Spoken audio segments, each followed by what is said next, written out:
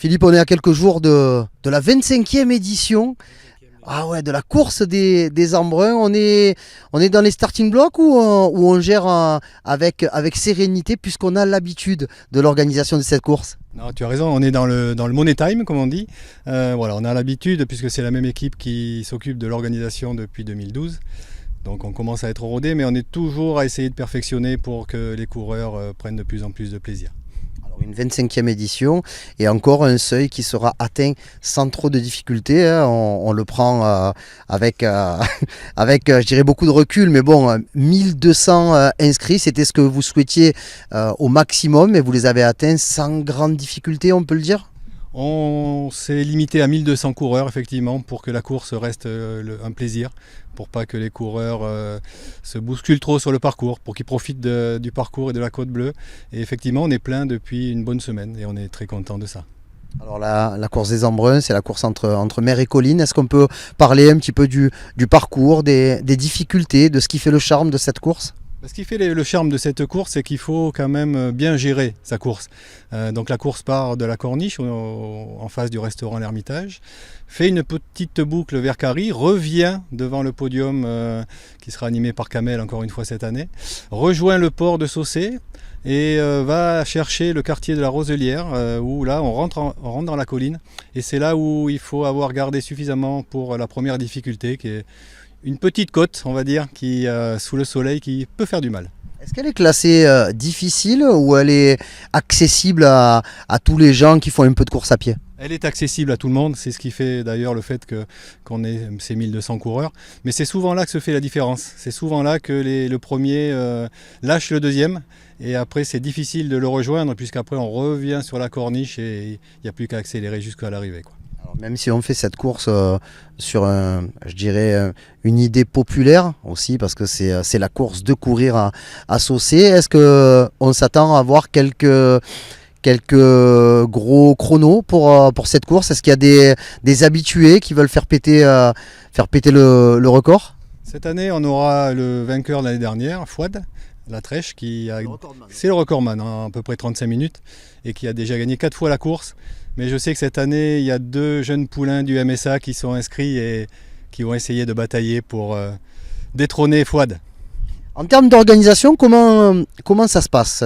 Comment se mobilise le club Courir à Saucé ? Alors bien sûr, il va y avoir l'aide du personnel de la ville, de la police, des services techniques, mais comment on arrive à mobiliser une grande partie de ces coureurs pour faire du bénévolat le jour de la course ? Oui, tu as raison, nous avons 130 bénévoles le jour de la course, répartis sur les différents pôles classiques.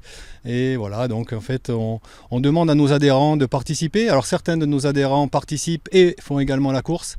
Voilà, donc c'est une aventure collective qui mobilise nos adhérents, mais pas que nos adhérents, puisqu'on va aussi être aidé par d'autres associations de Saucé. Donc voilà, c'est 130 adhérents, c'est Courir à Saucé, mais c'est aussi d'autres associations qui sont fidèles avec nous. Au fur et à mesure que les années passent, est-ce que c'est difficile d'organiser, de trouver des partenaires par exemple, parce qu'on sait que c'est un peu le nerf de la guerre dans la préparation de la course ? C'est très très difficile de trouver des partenaires. La situation économique, on la connaît tous, elle est difficile pour tout le monde. Voilà, donc nous avons des partenaires fidèles qui nous encouragent, qui nous suivent. Mais tu as raison de le souligner, c'est difficile. Le contexte économique est compliqué pour tout le monde et on le conçoit bien, tout à fait. Est-ce qu'on a une idée de la météo qu'on pourrait avoir ce dimanche ici à Saucé, sur la corniche, le bord de mer ? Il fait toujours beau à Saucé. Non, j'ai regardé, il va y avoir du soleil. Peut-être un petit peu de vent qui va aider les coureurs sur le retour, mais très très beau soleil. Au nombre de ravitaillements, 1 ou 2 ? Nous avons 2 ravitaillements, plus celui de l'arrivée. Donc nous avons un ravitaillement à peu près à 3-4 km du départ, pour ceux qui ont besoin de se donner un petit coup de boost. Puis nous avons un gros ravitaillement en haut de la montée, la fameuse montée du collège, où là les coureurs sont contents de se rafraîchir. Puis après c'est le retour vers le port, donc on retrouve le ravitaillement qui sera à 2-3 km de l'arrivée, et puis là c'est l'arrivée, et avec le très très beau ravitaillement d'arrivée, essentiellement des fruits, très rafraîchissant. La course des Embruns, c'est une course qui rassemble beaucoup de clubs locaux de la région et peut-être de beaucoup plus loin. On a pu vérifier ça également lors de la répétition générale qui s'est passée il y a une dizaine de jours. Il y avait du monde et ça nous aide à comprendre aussi un peu l'engouement qu'il y a autour de cette course. Oui, c'est ça, nous étions à peu près 200 coureurs qui ont participé à cette reconnaissance. Bien entendu des coureurs de Courir Associés pour encadrer, mais aussi des coureurs de Martigues, le SLC, le Jogging Club. On avait Marignane qui était là, il y avait quelques coureurs d'Aix. Voilà, donc on a du monde de tout le territoire qui aime cette course. Allez, pour terminer, on est donc dans le Money Time comme tu l'as dit tout à l'heure, mais c'est quoi le programme des derniers jours, des derniers détails, puisque on n'aura pas de problème d'inscription supplémentaire, puisque sur KMS tout est ok, mais qu'est-ce que les 3 derniers jours, ça va être quoi? Les 3 derniers jours, ça va être essentiellement la logistique, se mobiliser. Chacun fait le point sur ses missions et regarde un petit peu les dernières tâches à accomplir de manière à ce que tout se passe au mieux. On est tous rodés, mais on a toujours une attention jusqu'au dernier moment pour que tout se passe bien. Et Courir Associé va s'en ressortir encore une fois grandi parce que c'est une belle expérience, c'est une association qui est là maintenant depuis plus de 20 ans. Il y a eu une nouvelle équipe qui est arrivée il y a à peu près 13 ans et cette équipe-là, avec d'autres petites mains, a réussi à faire des choses quand même assez sympathiques au quotidien et pour le jour de la course. Oui, c'est toujours la même équipe qui est là aux manettes, on va dire, depuis 2012, qui a été renforcée par, bien entendu, des nouveaux arrivants. Et on a aussi maintenant eu la bonne idée de créer un trail, puisqu'on fait un trail en décembre, toujours par la même équipe.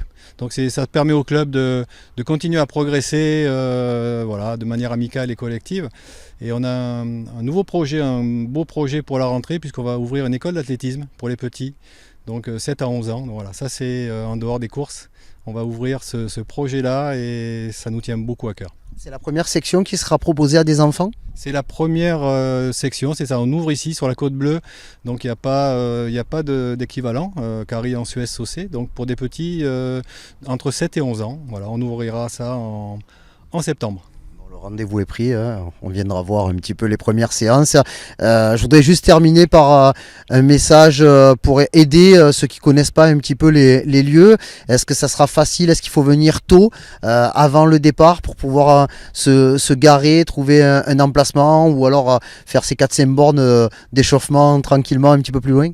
Je vous suggère de venir tôt, effectivement, ne serait-ce que pour se garer, puisqu'on a quelques parkings qui sont mis à disposition des coureurs, mais on n'a pas de grand parking à proximité directe du départ.